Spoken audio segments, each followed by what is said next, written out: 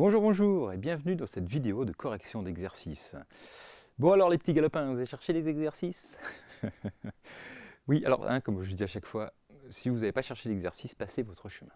Cela ne sert à rien de regarder, de dire « Oh, c'est beau cette correction, oh, c'est intelligent, quelle astuce !» Si vous n'avez pas cherché avant, vous n'allez pas mémoriser, ça va pas vous... voilà, ça ne servira à rien. Je ne dis pas il faut avoir tout réussi à faire. Si vous avez réussi à tout faire, ça ne sert à rien non plus. Donc en fait, ça vous sert si vous avez cherché les exos, vous n'avez pas tout trouvé.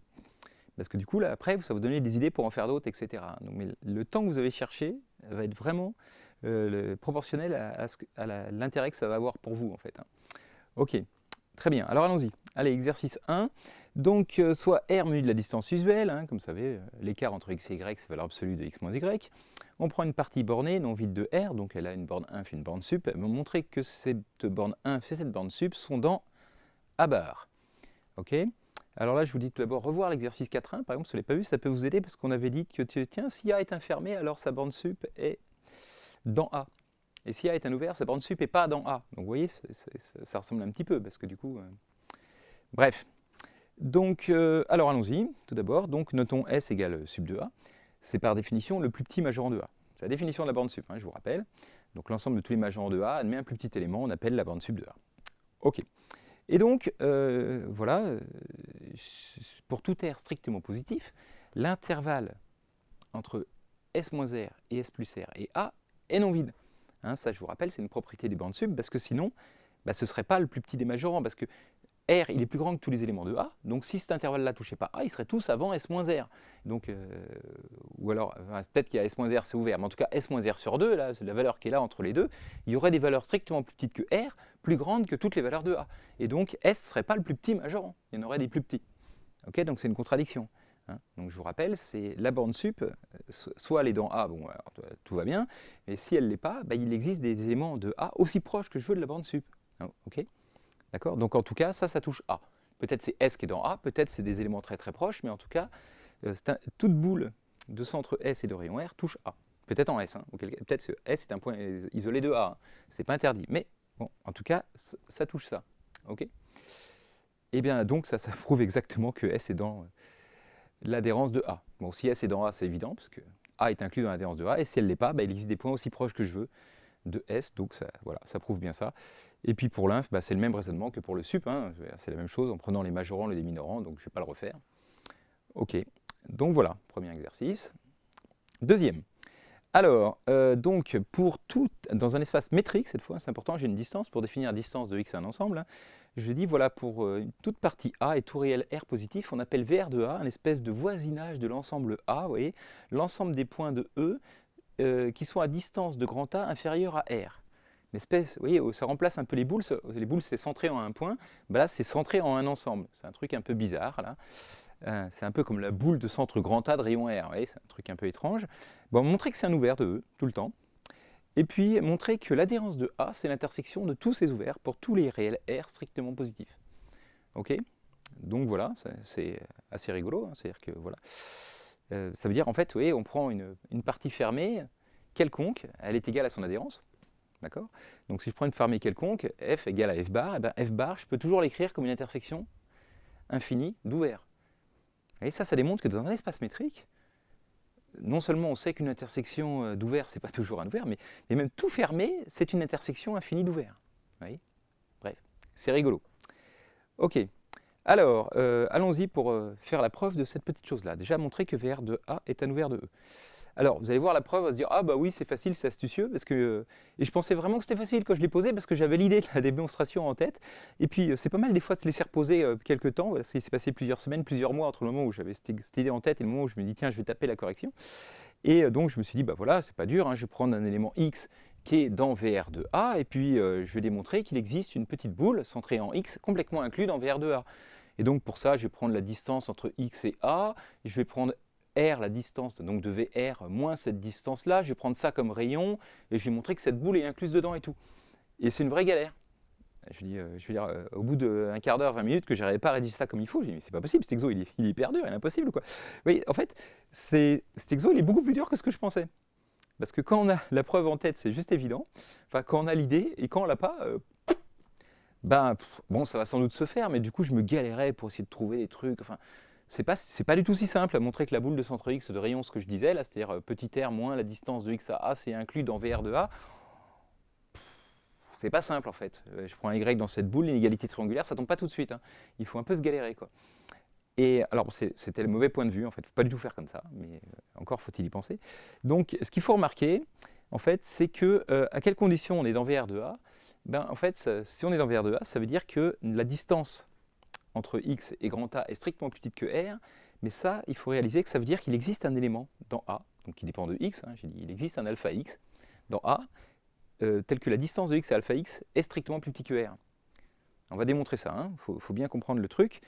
A priori, c'était la distance avec le grand A qui est strictement plus petit que R, mais du coup, ça veut dire qu'elle est atteinte, enfin, non, pas que la distance est atteinte, mais qu'il existe un alpha qui est lui aussi strictement plus petit que R.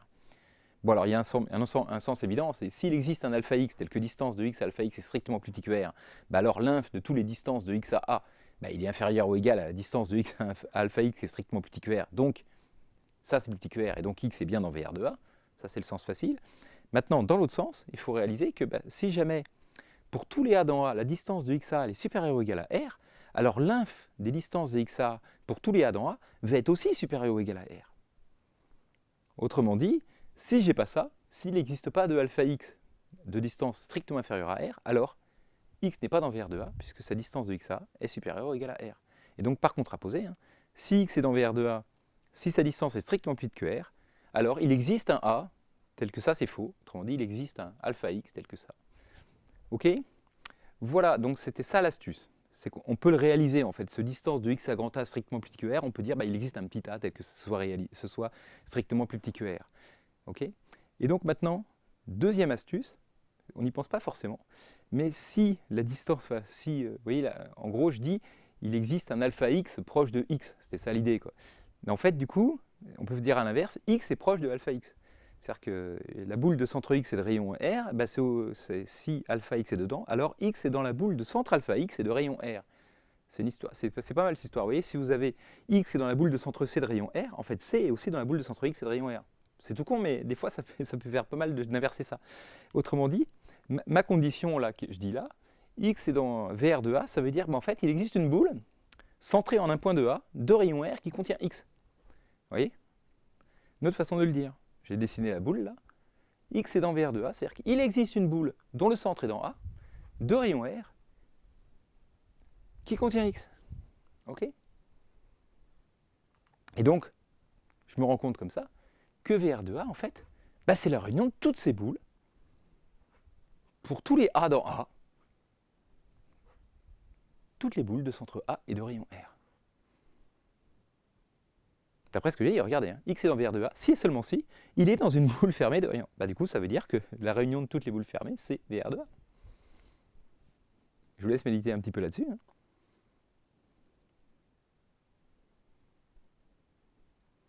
Il est dans la réunion des boules. X est dans VR de A, si et seulement si, il est dans la réunion des boules. Ok. Et du coup, une réunion infinie d'ouverts, parce qu'elle est super infinie, c'est quand même un ouvert. On sent qu'une réunion quelconque d'ouvert est un ouvert, et donc ça prouve que VR de A est un ouvert. Et en fait, voilà, c'est plus astucieux que ce que j'imaginais, parce que moi, quand j'ai posé l'exo, je voyais ce truc-là. J'avais cette idée-là en tête, donc ouais, c'est pas dur, mais en fait, je me suis rendu compte en le refaisant. Hein, bon, bref, je ne raconte pas l'histoire. Ok, en tout cas, félicitations si vous avez trouvé. Et bravo si vous avez cherché, même si vous n'avez pas trouvé, parce que c'est important. Ok. Alors, montrer ensuite que A bar, c'est l'intersection de tous les VR de A. Bon, ça, c'est curieusement plus facile, en fait. Enfin, une fois qu'on a l'idée, en tout cas. Alors, qu'est-ce que ça veut dire que X soit dans A bar? Bah, ça, je vous rappelle, dans un espace métrique, hein, X est dans A bar, ça veut dire que toute boule de centre X et de rayon R avec R quelconque touche A. Intersection avec A est non vide. Okay, c'est la définition de l'adhérence. Hein, tous les voisinages autour de X rencontrent A, donc toutes les boules ouvertes de centre X rencontrent A. Okay, mais donc ça veut dire bah, du coup que pour tout R positif, il existe un AR, hein, tel que la distance de X à AR est plus petite que R. Vous voyez, j'ai la boule de centre X de rayon R, et la grosse astuce, je renverse. Dire que ça, c'est ça, ça veut dire que X est dans la boule de centre R et de rayon R. Vous voyez? Et donc, bah, du coup, X est dans VR de A, d'après ce qu'on a vu juste avant. Okay, on a vu s'il existe un point A tel que X est dans la boule de centre A et de rayon petit R, bah, X est dans VR de R. C'est équivalent tout ça. Et donc, on a bien que X est dans A bar, c'est seulement si X est dans tous les VR de A. Et donc, d'où l'intersection qui est là. Voilà, voilà, voilà. Ok. Et donc, voilà, ça veut dire que tout fermé est une intersection infinie d'ouvert. C'est chouette. Ok. Bon alors, un petit peu d'adhérence d'intérieur. Donc rappelez-vous, dans le cours, on a dit que le complémentaire de l'intérieur, E privé de A intérieur, c'était l'adhérence de E privé de A. Elle va montrer qu'on a la même chose en inversant, en changeant intérieur par adhérence, adhérence par intérieur, que ça marche encore. Ok? Bon, c'est pas très très dur, mais il faut quand même le faire, quoi. Alors, si X appartient à E privé de A bar, bah ça veut dire que X n'appartient pas à A bar. Or, ne pas appartenir à A bar, je vous rappelle que les éléments de A bar, c'est ceux tels que tous les voisinages de X rencontrent A. Donc si on n'est pas dedans, c'est-à-dire qu'il existe un voisinage de X qui ne rencontre pas A. Donc ça, c'est équivalent, il existe un V dans les voisinages de X, tel que V inter A est égal à l'ensemble vide. Ok? De toute façon, tout est une reformulation, hein, mais il faut être astucieux, quoi. Il ne faut pas se mélanger les pinceaux. Et donc, ça, du coup, ça veut dire qu'il existe un voisinage de X qui est complètement inclus dans le complémentaire de A. Il ne rencontre pas A, il est inclus dans le complémentaire de A. Okay, mais ça, regardez bien, hein, comment on appelle les éléments X tels qu'il existe un voisinage de X qui est complètement inclus dans E privé de A, ça veut dire que E privé de A est un voisinage de X. D'accord? Et donc, que X est justement dans l'intérieur de E privé de A, parce que je vous rappelle par définition, l'intérieur de E privé de A, c'est l'ensemble des points dont E privé de A est un voisinage. Donc, voilà, voilà. Ok, bon, c'est pas très dur, mais il faut quand même réussir à le faire, quoi.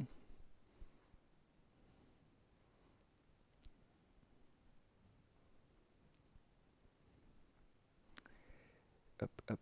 Là, je vous rappelle, s'il y a le point un peu délicat, peut-être là, vous pouvez me dire, autant il arnaque un petit peu, s'il existe un voisinage qui est inclus dans E privé de A. Alors, ok, E privé de A est un voisinage de X, mais pourquoi l'inverse? En fait, si E de privé de A est un voisinage de X, du coup, j'ai même pas besoin du V, quoi. Il existe bien E privé de A est un voisinage inclus dans E privé de A. Donc, ok. Bon, enfin, voilà, je vous laisse réfléchir là-dessus. Deuxième question, montrer que du coup, la frontière de A, c'est la frontière du complémentaire de A. Bon, là, pour le coup, si on a démontré ce qui précède, c'est vraiment pas dur, puisque par définition, la frontière du complémentaire de A, c'est par définition l'adhérence du complémentaire de A, privée de l'intérieur du complémentaire de A. Et puis maintenant, on a des petites formules. On sait que ça, c'est le complémentaire de l'intérieur de A. On sait que ça, c'est le complémentaire de l'adhérence de A. Et d'accord, une petite propriété des complémentaires. Ça privé de ça, du coup, ça fait celui-là, privé de celui-là. Ça fait donc A bar privé de A, intérieur. Et donc, ça fait la frontière de A. D'accord? Je vous laisse réfléchir à ça si ce n'est pas très très clair pour vous. C'est les points 2 qui ne sont pas dans l'intérieur de A, d'accord? Mais qui ne sont pas dans le complémentaire de l'adhérence de A, donc qui sont dans l'adhérence de A. Hein. Donc c'est les points qui sont dans l'adhérence de A et pas dans l'intérieur de A. Okay. Très bien. Du coup, ça fait la frontière de A. Ensuite, montrer qu'on a ça. Alors c'est pareil, c'est pas très très dur, puisque par définition, la frontière de A, c'est l'adhérence de A privée de l'intérieur de A. Mais prendre un ensemble et privé d'une partie, ça veut dire l'intersecter avec le complémentaire de cette partie. D'accord? Ça, c'est la même chose que A bar intersecté avec le complémentaire de l'intérieur de A. Et du coup, d'après ce qu'on vient de voir, ça, c'est l'adhérence du complémentaire de A. Et donc, c'est bien A bar intersecté avec l'adhérence du complémentaire de A. Voilà, voilà, voilà. Donc, plein de jolies formules qui peuvent servir dans d'autres exos pour calculer la frontière ou faire ce genre de choses. Ça peut être pas mal d'avoir ça en tête, hein, d'accord? Peut-être plus visuel pour certains de voir ça comme ça. Voilà, voilà. Ok. Alors ensuite, prenons donc un espace topologique, soit A et B, deux parties disjointes qui vérifient A bar égale B bar égale E, montrer que intérieur de A égale l'intérieur de B égale vide. Ok, alors allons-y. Donc première chose qu'on va encore utiliser, hein, c'est ce qu'on a vu dans l'exercice précédent, maintenant on a le droit de l'utiliser à toutes les sauces, hein, on l'a prouvé. Le complémentaire de A bar, c'est l'intérieur du complémentaire de A. Ok? Et donc, A bar, c'est E. Donc E privé de A bar, c'est vide. D'accord? Donc, l'intérieur du complémentaire de A est vide. Le complémentaire de A est l'intérieur vide. Bon, vous allez me dire, ok, bon, d'accord. Et alors? En fait, je sais que B, il est inclus dans le complémentaire de A, puisque A et B sont disjointes. Donc ça veut exactement dire ça. Hein. B est inclus dans le complémentaire de A. Du coup, son intérieur est inclus dans l'intérieur du complémentaire de A, et ça c'est vide, donc l'intérieur de B est vide. Ok? Et donc voilà, et puis du coup, je fais le même raisonnement, j'inverse A et B depuis le début, et je vais trouver que... Voilà. j'ai utilisé juste que A bar est égal à E, ça m'a montré que l'intérieur de B c'était vide. Je fais le même raisonnement, j'inverse tout. Comme B bar égale E, j'ai trouvé que l'intérieur de A c'est vide. Et voilà. OK? Donc voilà la première partie. Alors, maintenant, prenons deux ouverts disjoints U et V. Montrons que U et V bar sont disjoints et en déduire que l'intérieur de U bar et l'intérieur de V bar sont disjoints. Bon, c'est un petit peu plus technique, il faut s'accrocher. Alors allons-y. Donc, U est un ouvert, d'accord, et qui est disjoint avec V, ça veut dire, toujours la même astuce, qu'il est inclus dans le complémentaire de V. Okay, deux parties d'intérieur vide, c'est-à-dire qu'il y en a une qui est inclue dans le complémentaire de l'autre. D'intersection vide, je voulais dire. Deux parties d'intersection vide, il y en a une qui est inclue dans le complémentaire de l'autre. Bon, mais U est un ouvert. Donc si U est inclus dans E privé de V, vu que je prends l'intérieur de chaque côté, l'intérieur de U est inclus dans l'intérieur de E privé de V. Mais l'intérieur de U, c'est U, puisque U est un ouvert. Donc j'ai bien U qui est inclus dans l'intérieur de E privé de V. Bon, ok, on va me dire, bon, pourquoi pas. Mais, d'après ce qu'on sait, parce qu'on utilise ces propriétés pour ne pas changer, inverser intérieur, adhérence tout le temps, l'intérieur de E privé de V, c'est le complémentaire de l'adhérence de V.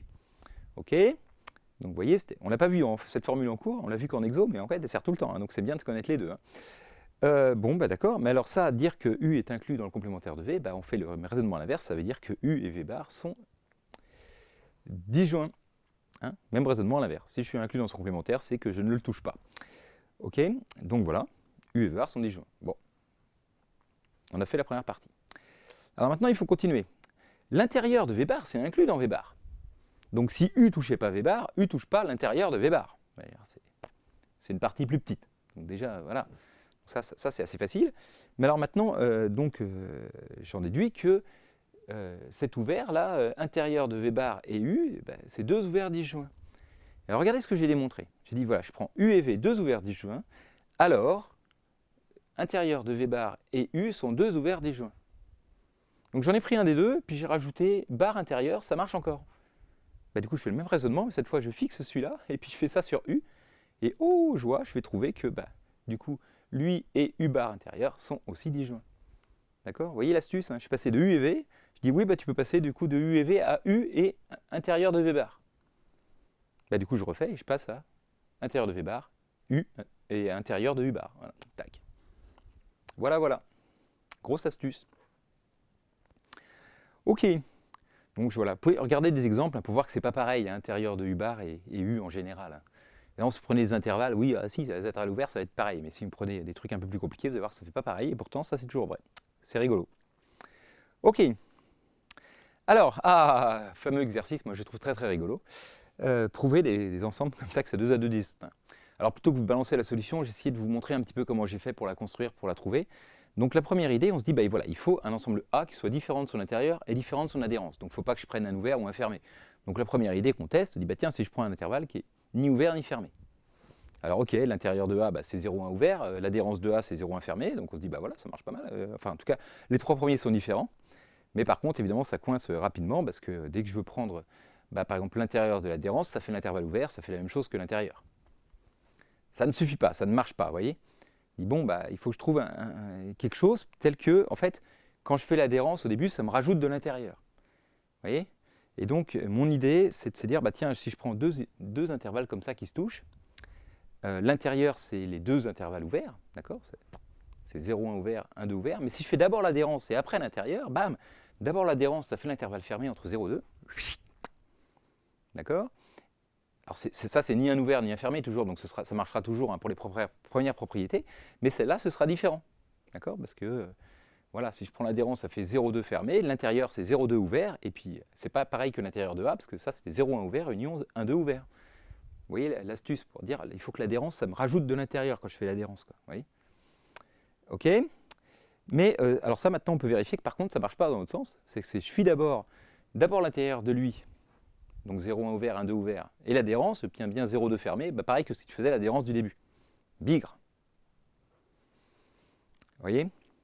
Et donc, là, je me dis, il faut que je trouve quelque chose pour que, quand je fais l'intérieur, ça zigouille plein de trucs pour que l'adhérence ne puisse pas être égale à l'adhérence que j'avais au début. Et donc là, c'est une astuce un peu plus subtile, c'est de dire, tiens, je vais rajouter un morceau intersecté avec Q. Pourquoi un morceau d'intérieur vide, mais d'adhérence pas du tout vide, vous voyez? C'est que si je fais d'abord l'adhérence ou d'abord l'intérieur, ça change tout avec lui. C'est ça l'astuce, vous voyez. Quand je fais l'adhérence de ça, ça fait 3, 4 fermés. L'intérieur de ça, c'est vide. Et du coup, ça va me permettre de zigouiller ce cas-là. Mais alors là, il se passe encore un autre problème si je fais ça, c'est que là, je me rends compte que si je fais donc l'adhérence de tout ça, alors ça fait 0,2 union 3, 4 fermé, hein, l'intervalle 0,2 fermé, union 3, 4 fermé. Bon, mettez sur pause si je vais trop vite, hein, et regardez ce que ça fait pour cet ensemble-là. Vous allez voir que tout marche, tout au début, tuc, tuc, tuc, tuc, tuc, sauf que lui, là, il est égal à lui. Ah, zut, on n'est pas loin, hein, ils sont presque tous différents, mais il y a encore un coin où ça coince. C'est-à-dire si je fais l'adhérence, d'accord, tous les trucs, bon, je fais l'intérieur et je fais l'adhérence, eh ben, j'obtiens la même chose que...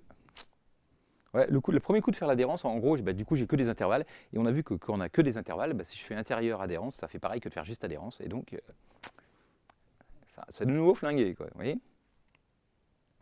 Et donc l'astuce, c'est de rajouter un truc qui n'est pas un intervalle, d'accord, hein, c'est de se dire comment je pourrais faire pour que ce soit pas pareil. En fait, je fais l'adhérence, il faut que ce soit des bouts de fermés, vous voyez, que je fais l'intérieur, ça zigouille des trucs, et je refais l'adhérence, c'était pas la même chose qu'au début.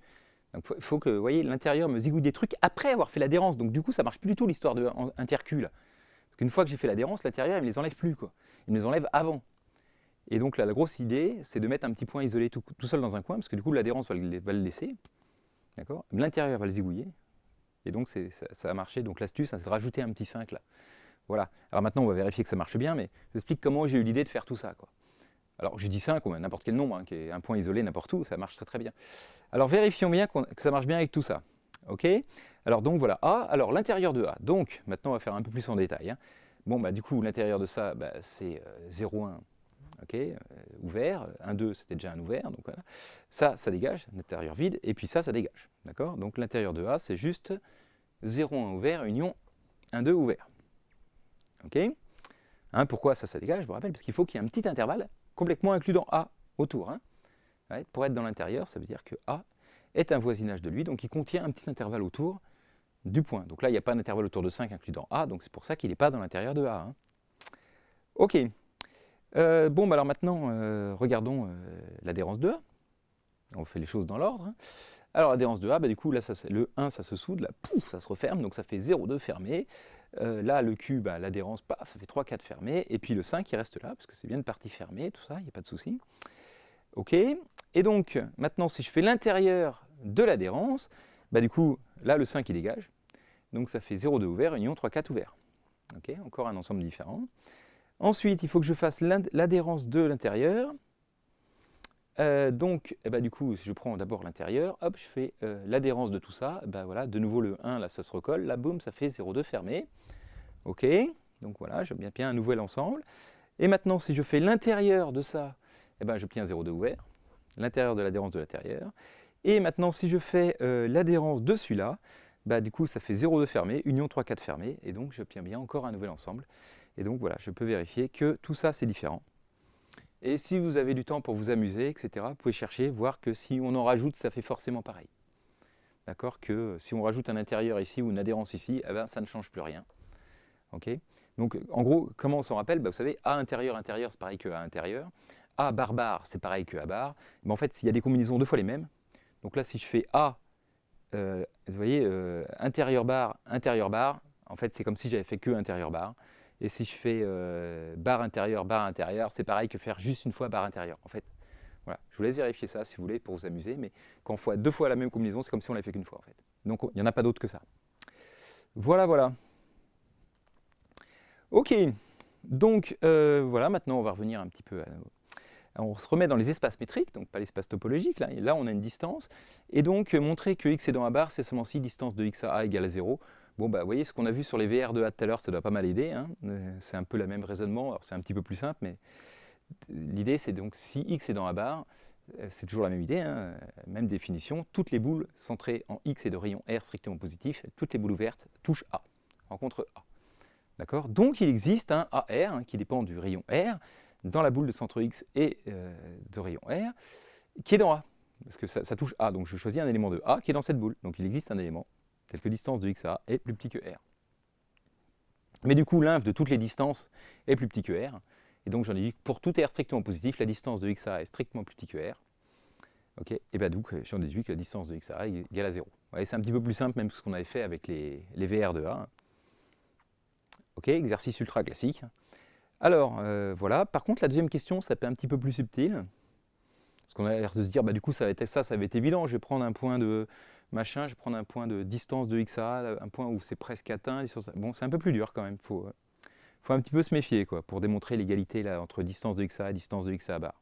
Pas très dur, mais moi, je m'en suis pas sorti sans mettre des epsilon. Et, oui, donc, si vous ne l'avez pas fait, cherchez encore un petit peu si vous voulez. Mettez sur pause. Ça c'est un peu plus subtil. Là. Ok, alors par contre, il y a une inégalité qui est très simple, c'est de dire que distance de x à bar, c'est toujours plus petit que distance de x à. Pourquoi? Parce que a est inclus dans la barre. D'accord? Donc je prends tous les points de x à a, je prends l'inf, il y en a plus dans la barre, donc l'inf a priori est plus petite. Peut-être égale, mais en tout cas, voilà. Donc ça, cette inégalité-là est tout le temps vraie, ça c'est pas dur, c'est juste l'inclusion a inclus dans la barre. On aurait l'inverse avec l'intérieur, par exemple, vous voyez? Bon. Ok. Donc maintenant, il faut démontrer dans l'autre sens. Il faut démontrer que distance de x à bar est supérieure ou égale à distance de x à a. Ok. Alors, donc, l'astuce, c'est qu'il voilà, faut mettre un peu les mains dans le cambouis. Si on prend x dans E, eh voilà, je vais trouver, il y a la distance de x à bar, et elle n'est pas atteinte, hein, mais je vais trouver un b dans a bar tel que la distance de x à b soit vachement proche de la distance de x à bar. Vous voyez, c'est ça l'histoire. Hein. Vous savez, quand on a une borne inf, donc c'est un minorant, tout nombre qui est strictement plus grand n'est pas un minorant. D'accord? Donc si je prends distance de x à bar plus epsilon, ça c'est strictement plus grand, parce que j'ai pris epsilon strictement positif, que la distance de x à a bar. Okay. Donc ce n'est pas un minorant de la distance entre x et les éléments de a bar. Donc il existe un élément b dans a bar dont la distance entre x à b est plus petit que ça. Ok? Donc voilà. Donc plouf plouf. Plouf plouf plouf. Et donc voilà. Et donc je choisis ce b comme ça. Ok. Donc maintenant je vais pouvoir faire de l'inégalité triangulaire. Hein. C'est ça l'idée quoi. Alors, si la distance de B à A est égale à 0, ça, distance de B à A égale 0, non, j'utilise la question d'avant, je le sais ça. B est dans A bar. Donc distance de B à A est égale à 0. Ça ne veut pas dire que B est dans A, ça veut dire qu'il existe un petit A tel que distance de A à B égale 0, ça c'est pas vrai. Mais ça veut dire que, quel que soit epsilon, donc je prends le même epsilon qui est là, je vais trouver un élément A dans petit a dont la distance avec B est plus petite que epsilon. Et là, je peux trouver des éléments dans grand A aussi proche que je veux de B. Okay. Donc je prends le même epsilon. Comme ça, pas la peine de mettre deux valeurs différentes. En tout cas, pour ces epsilon-là, il existe donc un petit A dans A, dont la distance avec B est plus petite qu'epsilon. Okay. Et donc maintenant, vous voyez venir, avec mes gros sabots, je vais pouvoir faire mon inégalité triangulaire.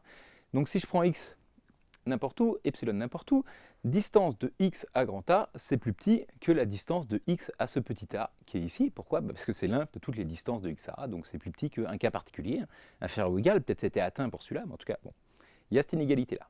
Et maintenant, je vais pouvoir faire mon égalité triangulaire. Distance de x à a, c'est plus petit que distance de x à b plus distance de b à a. Ça, c'est plus petit que distance de x à a bar plus epsilon. Ça, c'est plus petit qu'epsilon. Donc ça, c'est plus petit que distance de x à a bar plus 2 epsilon. Et donc, regardez ce que j'ai montré. Je voulais montrer que ça, c'était plus petit que ça. On n'y arrive pas directement. C'est pour ça que c'est dur, voilà, cette preuve-là. Si on ne rajoute pas les epsilon, on n'y arrive pas. Hein. Mais par contre, pour tout epsilon positif, distance de x à a, c'est plus petit que distance de x à bar plus 2 epsilon pour tous les epsilon. Aussi petit que je veux. Donc si ça, c'est strictement plus grand que ça, il y aurait un epsilon où ce serait faux. Vous voyez bien. Hein, au bout d'un moment, ce serait plus petit. Si c'est un nombre qui est plus grand qu'un autre, strictement plus grand qu'un autre, il est aussi plus grand que cet autre plus un petit epsilon au bout d'un moment. Mais non. Voilà, si epsilon est assez petit, je veux dire. Mais là, donc, si distance de x à est plus petit que distance de x à bar plus 2 epsilon pour toutes les valeurs d'epsilon, en fait, ça veut dire que distance de x à est inférieure ou égale à distance de x à bar. Et comme j'ai l'autre inégalité, j'en déduis cette égalité-là pour tout x dans E. Et voilà, pas facile. J'espère que vous avez cherché. Encore mieux, bravo si vous avez réussi, mais l'important c'est que vous ayez cherché, quoi, pour vous en rappeler, pour pouvoir réutiliser cette astuce. Vous voyez. Ok. Et donc voilà. Alors, exercice 7. Donc, montrer que les propriétés suivantes sont équivalentes. Donc, dans l'espace topologique, on n'a plus de distance a priori. Si vous voulez utiliser, moi ça ne me gêne pas, mais a priori, il n'y en a pas besoin. Montrer que A est un ouvert de A bar, ça va rappeler un peu de topologie induite, hein, si et seulement si A s'écrit U inter F, où U est un ouvert et F est un fermé. Bon, il y a un sens qui est assez facile. Si A est un ouvert de A bar, par définition de la topologie induite, hein, ça veut dire qu'il existe un ouvert U de E tel que A est égal à U inter A bar. C'est la définition. D'accord? Bah, du coup, je pose f égale a bar c'est bien infermé de E, hein, toujours, hein, l'adhérence est toujours infermée. Ah bah, je trouve que j'ai bien a égale u inter f, u est un ouvert, f est infermé, hop, ça marche. Donc 1 implique 2, c'est f fastoche. Ok? Il faut aller y penser, mais c'est pas trop dur. Dans l'autre sens, c'est moins clair. Bon, c'est pas hyper dur, mais il faut quand même y penser. Donc, supposons, réciproquement, qu'il existe un U ouvert de E et F fermé de E, tel que A s'écrit U inter F. Voilà. Maintenant, pourquoi A est un ouvert de A bar? Bon, en fait, il faut vraiment que j'arrive à A égale U inter... Enfin, un autre, peut-être U ou un autre. En tout cas, il faut que je trouve que A, c'est un ouvert intersecté avec A bar. Quoi. OK? Mais alors, l'astuce, c'est que, bon, si A, c'est U inter F, alors A est inclus dans F. Jusque-là, bah oui, il est inclus dans U et inclus dans F. Hein, c'est l'intersection des deux.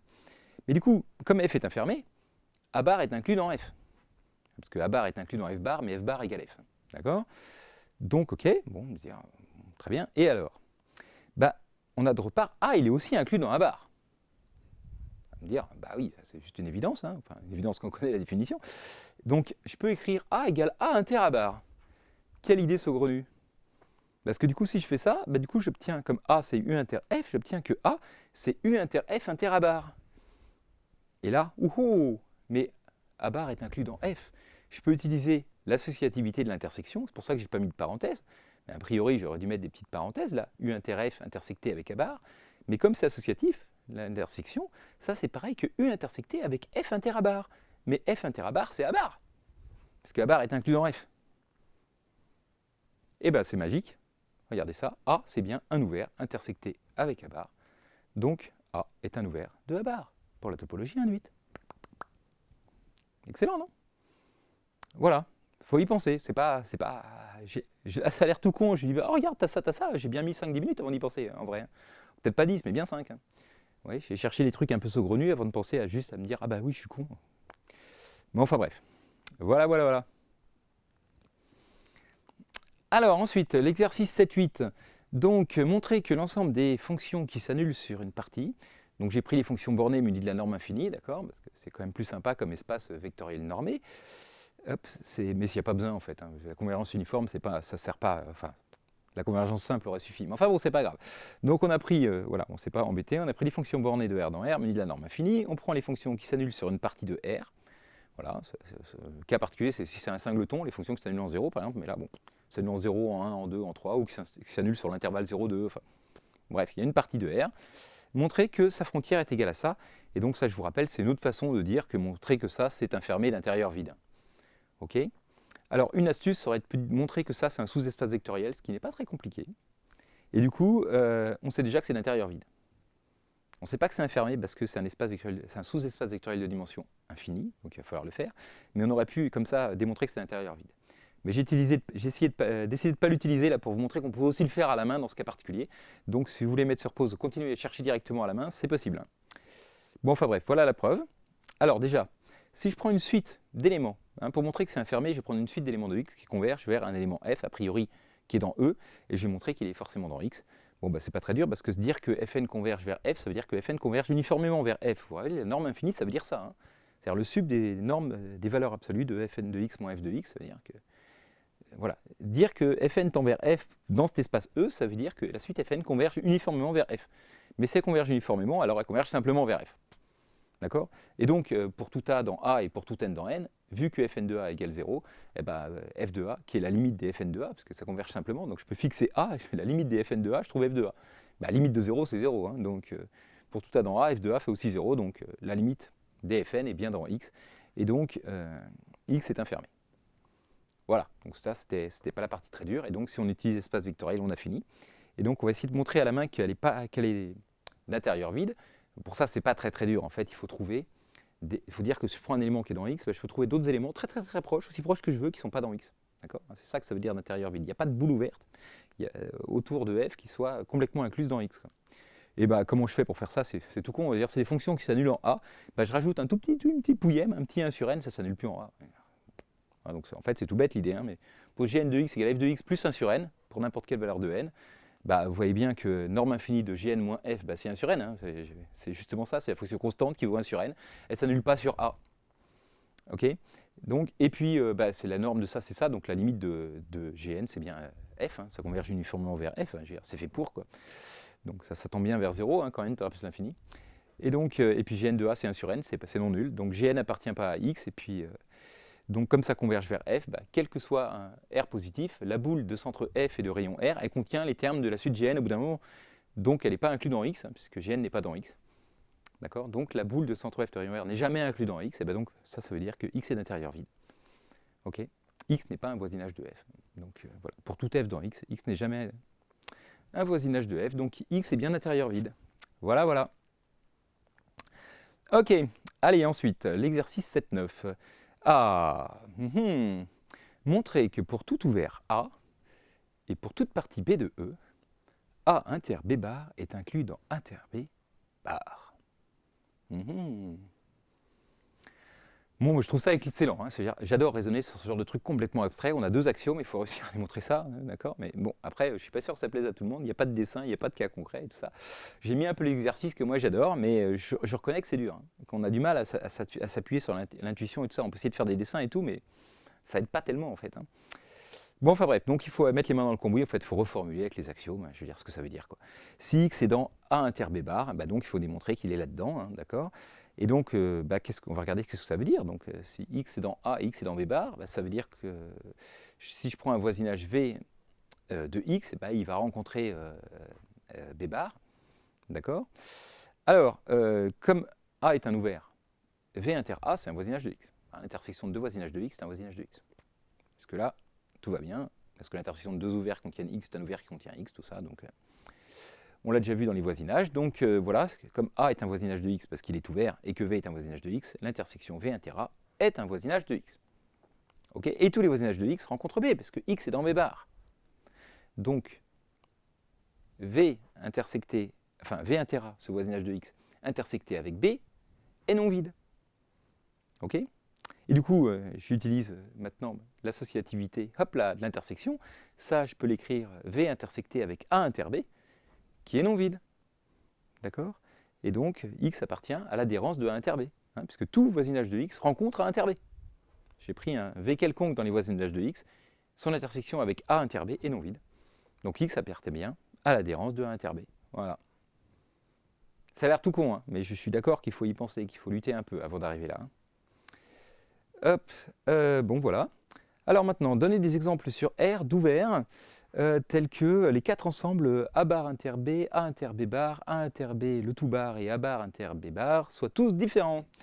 Bon, il faut lutter un petit peu. Voilà, moi j'ai essayé les trucs jusqu'à temps que ça marche. Comme l'exercice précédent, vous savez, où il fallait trouver tous les exemples différents, j'ai pris plusieurs morceaux parce qu'avec A et B en un seul morceau, j'arrivais à faire 3 sur 4. Puis je me suis rendu compte qu'il n'y a pas moyen, il fallait que je prenne. J'ai pris A en 2 morceaux, enfin A en un morceau et B en 2 morceaux. Et là ça marche très bien. Donc vérifions, hein, donc si je prends A égale 0,2 ouvert et B égale moins 1, 0, union 1, 3, ouvert, donc c'est bien 2 ouverts de R. Alors allons-y, donc A bar inter B, alors A bar ça fait l'intervalle fermé 0,2. Intersecté avec B, du coup ça fait, il n'y a pas le 0 parce qu'il n'y a pas 0 dans B. Hein. Donc il y a juste l'intersection avec 1, 3 et donc ça fait 1 ouvert, 2 fermé. Ok. Ensuite, A inter B bar, alors c'est à peu près la même chose. Dans A, il n'y a pas 0, donc B bar, la moins 1, 0 fermé, intersecté avec A, il n'y a rien du tout. Donc il y a juste ce morceau-là, 1, 3 fermé, intersecté avec 0, 2, et donc ça fait 1 fermé en 1 et ouvert en 2. Ok. Donc voilà, c'est bien différent. Ensuite, A inter B, le tout bar, alors du coup, A inter B, c'est juste l'intervalle entre 1 et 2 ouvert. D'accord. Et donc son adhérence, c'est 1, 2 fermé. Voilà. Et cette fois, vous voyez, le 0 il va arriver là. Pourquoi il faut que A bar et B bar, là cette fois si je fais A bar et B bar, et j'intersecte, il y a le 0 qui apparaît en plus, d'accord. Donc voilà, c'est pour ça que c'est bien différent. Hein. C'est pour ça que j'ai fait ça, pour avoir ce 0 en plus, pour que ce soit différent de ce qu'on avait déjà avant. Et donc j'ai bien 4 ensembles différents. Voilà, voilà. Ok, donc hop. Dernière partie, alors là on part dans le délire de l'abstraction. Hein. Moi ça m'éclate, mais là je reconnais que c'est assez chaud quand même. Démontrer Q est un ouvert si pour tout B, l'adhérence de U inter B, c'est égal à l'adhérence de U inter B bar. Sérieusement quoi. Qu'est-ce que c'est que cette caractérisation des ouverts? Enfin bref, moi ça m'éclate, mais je reconnais que ça plane à 15 000 quand même. En plus, en espace topologique et tout, enfin bref. Mais bon, donc voilà, je comprends que ça ne vous plaise pas forcément, mais moi, ça m'éclate. Alors, donc, allons-y. Alors, il faut démontrer l'équivalente suivante. Alors déjà, cette condition-là, je veux dire que ce n'est pas vraiment cette condition-là, parce qu'il y a une inclusion qui est évidente, parce que comme U inter B, c'est inclus dans U inter B bar, puisque B est inclus dans B bar, toujours vrai, du coup, l'adhérence de ça, c'est inclus dans l'adhérence de ça. Donc, cette inclusion-là est tout le temps vraie pour n'importe quel U, n'importe quel B, hein, ouvert, fermé ou pas, ouvert. Voilà, donc en fait, la condition, c'est plutôt U est un ouvert, c'est seulement si on a l'inclusion réciproque. C'est ça que je vais démontrer, puisque cette inclusion-là est tout le temps vraie. OK ? Or, si U est un ouvert, ben, l'inclusion, on a déjà vu que pour tout B dans E, U inter B bar inclus dans U inter B le tout bar, c'est la question 1. En fait, la question 1, elle était là pour faire le truc, la partie un peu technique, là, pour séparer un peu les difficultés, quoi. OK ?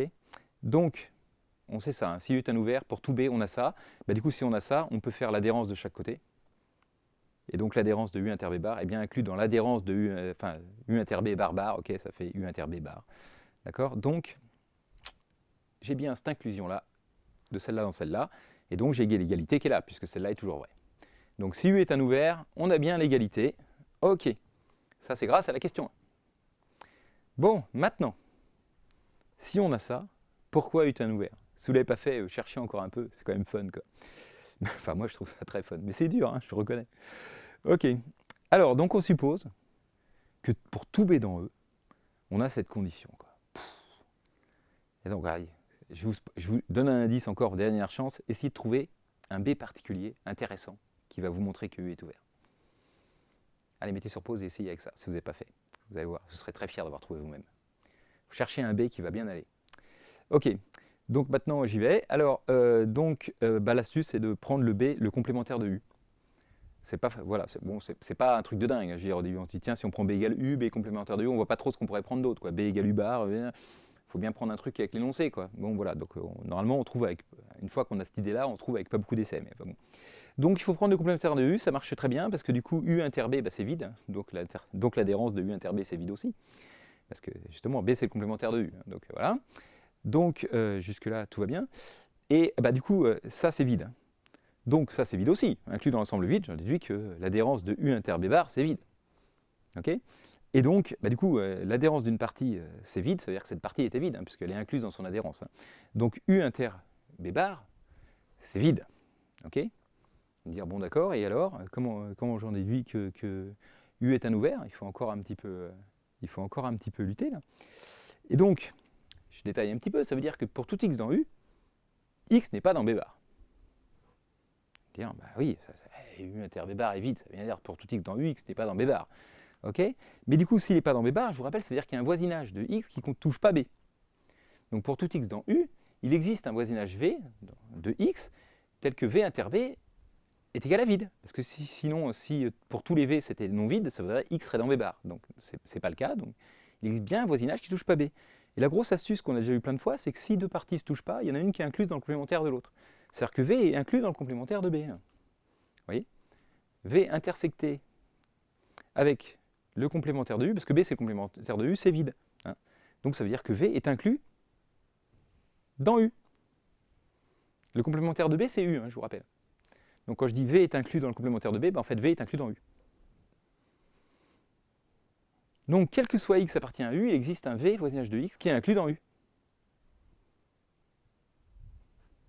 Et bien ça veut exactement dire que pour tout X dans U, U appartient à un voisinage de X. Hein. Donc U est voisinage de tous ces points, donc U est un ouvert. Ou j'aurais pu dire que là, ça voulait dire que X est dans l'intérieur de U, et donc que U est inclus dans son intérieur, donc il est égal à son intérieur, et donc c'est un ouvert. Voilà, bref. Mais voilà la conclusion. Fantastique, non ? Bah, il faut avoir l'idée. Hein. Ok, je reconnais. Bon, allez, on se finit sur ce sympathique ensemble de Cantor, là, donc je vous rappelle la définition, hein, on prend l'intervalle 0, 1, et à chaque fois on enlève le tiers du milieu, l'intervalle ouvert, le tiers du milieu, pour obtenir que des intervalles fermés à chaque fois, d'accord, et ainsi de suite, comme ça, et on définit l'ensemble de Cantor comme l'intersection de toutes ces choses-là, et donc visuellement, comme ils sont tous inclus dans les deux, vous voyez l'intersection des trois premiers, c'est jusqu'à 3, donc en fait, voilà, on peut imaginer que c'est ce qu'on obtient à l'infini quand on enlève des tiers à chaque fois. On a du mal à visualiser le truc, hein, c'est une espèce de vous voyez, c'est la ligne du bas, là, si je continue jusqu'à l'infini, c'est qu'est-ce que j'obtiens en bas, quoi. D'accord? Donc il a plein de propriétés rigolotes, et donc là le but c'est de montrer que c'est un fermé, qu'il est non vide, qu'il a un intérieur vide et qu'il n'a pas de point isolé. Okay, ce qui est un peu bizarre quelque part, parce que c'est vrai que si on est composé que de points isolés, on est d'intérieur vide, et on aurait peut-être tendance des fois à croire que d'intérieur vide, ça implique qu'il y ait plein de points isolés. Ben non, il n'y en a pas du tout. Ok, allez au boulot. Donc, il y a des choses faciles, des choses plus dures. Alors que C est fermé, on va commencer, ça c'est pas très dur, parce que pour n fixé, Kn c'est une réunion finie d'intervalle fermé, et une réunion finie de fermé est un fermé. Un intervalle fermé est un fermé, on le sait bien, ça c'est une boule fermée, il n'y a pas de problème. Donc, c'est une réunion finie d'intervalle fermé, donc Kn est un fermé. Chaque n. Mais du coup, une intersection infinie ou quelconque de fermé est toujours un fermé, rappelez-vous. Hein, une réunion d'ouvert est un ouvert, une intersection de fermé est un fermé. Bah, du coup, c'est une intersection de tous les Kn, c'est un fermé. Voilà. Donc C est un fermé, c'était pas hyper dur. Et pour ceux qui sont galérés avec des suites ou je sais pas quoi, ou essayer de démontrer que le complémentaire était ouvert, mauvaise pioche. Hein. Ok. Donc, ensuite, bah, c'est non vide parce que, comme j'ai déjà expliqué en donnant l'énoncé, 0, il est dedans. Ok. Et même en fait, hein, on va le réutiliser, mais c'est important de voir, c'est qu'une fois qu'on a un intervalle quelque part, là, les deux bords, ils restent tout le temps jusqu'à l'infini. D'accord ? Dès que j'ai un intervalle fermé, je vais toujours enlever les tiers du milieu. Les bords, je ne vais jamais les toucher, en fait. Enlever les tiers du milieu. Donc, à chaque fois, les bords des intervalles, ils restent dans l'intersection de tous, en fait. Donc, vous voyez, là, au début, j'en ai 2 qui restent jusqu'au bout, là, 0 et 1. Là, je vais en avoir 4 qui restent jusqu'au bout. Là, j'en ai 8 qui restent jusqu'au bout. Je me rends compte, vous voyez, comme ça, que j'en ai de plus en plus qui restent jusqu'au bout. Hein. Chaque fois, ça se multiplie par 2, le nombre d'éléments qui restent jusqu'à la fin, quoi. Ok. Bon. Alors, donc, on a été dans l'énoncé. Alors maintenant, on va montrer qu'il est, hop, on a dit fermé non vide, on va montrer qu'il est d'intérieur vide. On dit qu'il n'existe pas, donc de petits intervalles ouverts inclus dedans. Hein, parce que s'il n'était pas d'intérieur vide, ça veut dire que, eh ben, il y aurait un petit ouvert. Okay, parce que je vous rappelle, l'intérieur, c'est le plus grand ouvert inclus dans C. D'accord ? Donc dire que c'est d'intérieur vide, c'est-à-dire qu'il n'existe pas d'ouvert non vide inclus dans C. Donc, je vais montrer qu'il n'existe pas de petit intervalle ouvert, d'accord, inclus dans C. Donc, je prends un petit intervalle AB ouvert dans 0,1, montrer que, petit ou grand, en tout cas, montrer que c'est jamais possible qu'il soit inclus dans C. Okay. Alors, comment je fais ça ? En fait, c'est pas très dur, parce que si je regarde bien, la taille de mes intervalles, aussi, au début c'est 1, après c'est 1 tiers, après c'est un neuvième, après c'est 1 sur 27e, enfin 1 sur 3 puissance, le nombre d'étapes, 1 sur 3 puissance n. Et donc, si je prends l'intervalle AB, il a une certaine taille, B-A. Au bout d'un moment, B-A il est plus grand que 1 sur 3 puissance n, parce que cette suite-là tend vers 0. Donc pour n assez grand, mes petits intervalles fermés, là, ils vont être plus petits que mon intervalle AB ouvert. D'accord ? Du coup, il ne peut plus être inclus dedans. AB, il ne va plus être inclus dans Kn, parce que Kn, c'est que des intervalles fermés, disjoints les uns des autres de taille tous plus petits que ça, ils ne peuvent pas contenir un intervalle ouvert de taille plus grande. D'accord ? Donc, AB n'est pas inclus dans Kn, et du coup, il n'est pas dans l'intersection de tous les Kn. Voilà. Donc il n'est pas inclus dans C, donc ça prouve bien que C est d'intérieur vide. Ok ? Alors maintenant, on arrive au plus dur, montrer que C n'a pas de point isolé. Ça, c'est vrai que c'est pas simple. Hein. J'espère que vous allez chercher, mais c'est pas très facile, ça. Et donc l'astuce, c'est d'utiliser ce que je vous ai dit tout à l'heure, c'est-à-dire que les morceaux des intervalles restent dans C, en fait, à la fin. Donc si je prends un élément dans C, pour tout n, x est dans Kn. Jusque-là, tout va bien. Donc, pour chaque étape, x il est dans un des intervalles qui sont là. Et je vais noter l'intervalle dans lequel il est. Par exemple, si dans celui-là, là, hop, je vais dire, tiens, j'appelle AN et BN les deux extrémités du petit intervalle de Kn dans lequel il est. Petit intervalle fermé hein, qui contient x. Si x est dans toute l'intersection des Kn, il est dans tous les Kn. Donc pour chaque n, il est bien dans un des intervalles de Kn. Donc j'appelle AN, BN pour chaque n les bornes de l'intervalle dans lequel il est. Okay, parce que ceux-là, l'astuce, c'est que ceux-là, ils sont dans C. Comme je l'ai expliqué, A, N et BN, ils vont rester dans C. D'accord ? Parce qu'après cet intervalle, je vais enlever les morceaux de milieu, puis après, donc, je vais créer des nouvelles bornes, puis après, je vais enlever les morceaux de milieu, et puis ainsi de suite. Et A, N et BN, là, ils vont rester tout le temps, jusqu'à la fin. D'accord ? Donc, A, N et BN, ils sont dans C. Ça, c'est le truc important. Hein. OK ? Bon, alors maintenant, si jamais x c'est différent de n, je pose un égale à n. Et si jamais x était égal à n, je pose un égale bn. C'est juste pour dire, dans cet intervalle, je peux choisir un qui est différent de x. Hein. Il y en a une infinité, c'est pas gênant. Donc je prends un autre élément, d'accord ? Enfin, pas n'importe quoi, parce que je veux qu'il soit dans C quand même à la fin. Donc je prends soit n, soit bn, parce que ceux-là, je suis sûr qu'ils sont dans C. Et voilà, ils ne peuvent pas être tous les deux égaux à x. Hein. Donc il y en a bien au moins un des deux qui n'est pas égal à x, et je prends celui-là. Okay, et donc comme ça, je construis une suite un, telle que la distance à chaque fois pour chaque n entre x et un est plus petite que 1 sur 3 puissance n, puisque la longueur de l'intervalle c'est 1 sur 3 puissance n. Donc même si x était à bn et que je prends à n, ça fait 1 sur 3 puissance n, sinon c'est plus petit. Donc ça tend bien vers 0, la suite un tend vers x, vous voyez, à chaque fois, hein, pour chaque x, je prends le bord d'un intervalle qui le contient, bah, les intervalles étant de plus en plus petits, ça se rapproche de x. Hein. Jusque-là, tout va bien. Et en restant dans C. D'accord? Donc j'ai une suite d'éléments hein, de C qui convergent vers x sans jamais être égal à x. Okay, et donc ça veut dire quoi? Bah, c'est-à-dire que si je prends une boule autour de x de taille r strictement positif, okay, quelle que soit cette boule-là, au bout d'un moment, il y a des termes de la suite UN qui sont dedans. Parce que la suite UN converge vers x. Sans être égal à x. Il y a des termes différents de x. D'accord? UN est différent de x. Et converge vers x. Donc dans cette boule-là, il n'y a pas que x. Donc x n'est pas un point isolé. Parce que je vous rappelle, par définition, j'aurais peut-être dû le dire avant, dire qu'un point est isolé dans C, ça veut dire qu'il existe une petite boule autour de x dont l'intersection avec C est réduite au singleton x. Ben, ce n'est pas le cas. Il y a toujours d'autres termes. Donc x n'est pas isolé. Bon, vous voyez bien, en fait, isolé, ça veut dire qu'il y a, au bout d'un moment, il n'y a pas de point de C aussi proche que lui que je veux. Ben là, comme j'ai une suite d'éléments de C qui convergent vers lui, en étant différent de x, ben, c'est bien que si, il y en a aussi proche que je veux, il y en a, donc ce n'est pas un point isolé. Et donc voilà, ça démontre le théorème. Et bien, c'était tout pour cette série d'exercices. J'espère que vous avez bien travaillé, que vous avez fait, que ça vous a plu et tout ça. Et puis, je vous dis à bientôt pour une prochaine vidéo. On va parler de densité, tout ça, ça va être super. Ok, ben écoutez, merci à tous ceux qui sont restés jusqu'au bout. Voilà, la petite scène post-crédit qui va bien. Donc, nous sommes en avril 2023. Je remercie infiniment tous ceux qui me soutiennent, donc notamment ceux qui sont en bleu, qui me soutiennent depuis plus de 2 ans. Donc ça veut dire que les gens, ils donnaient tous les mois plus de 5 € par mois depuis 2 ans. Hein, donc impressionnant. Voilà. Donc je remercie infiniment tous ces gens-là. Et puis ceux-là, ils m'ont donné encore plus, mais c'est pas depuis 2 ans, donc ils passeront en bleu dans 2 ans, c'est pour les inciter à continuer. Non, je déconne. Bon, enfin bref, c'est super sympa, voilà, moi ça me change la vie. Donc voilà, je vous fais des bisous à tous. J'espère que vous allez chercher les exos, que ça va vous servir, hein, parce que sinon j'arrête. Enfin, dites-moi, à la rigueur, dites-moi-le, là, on est entre copains. Vous pouvez me le dire si vous avez accès au Discord. Bah, vous avez tous accès au Discord, vous pouvez me le dire sur Discord ou par mail et tout. Vous pensez des exos. Moi, ça me prend pas mal d'énergie de rajouter ces exos-là, et puis ça fait traîner le cours du coup. Hein. Les vidéos de cours arrivent moins vite.